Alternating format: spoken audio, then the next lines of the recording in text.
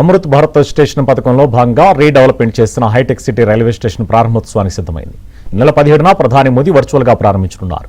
Hitech city railway station ను Amrit Bharat station పథకం కింద దాదాపు 26 కోట్లతో పూర్తిగా ఆధునీకరించారు.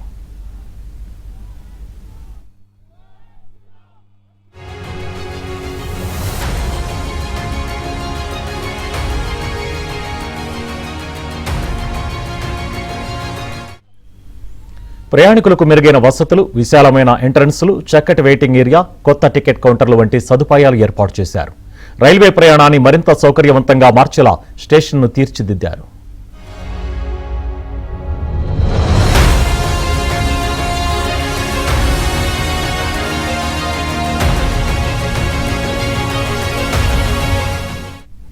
కాగా ఈ నెల 17న హైటెక్ సిటీతో పాటు దేశవ్యాప్తంగా అమృత్ భారత్ పథకం కింద రీడెవలప్మెంట్ చేసిన మొత్తం 75 రైల్వే స్టేషన్లను ప్రధాని ఒకేసారి వర్చువల్ పద్ధతిలో జాతికి అంకితం చేస్తారు.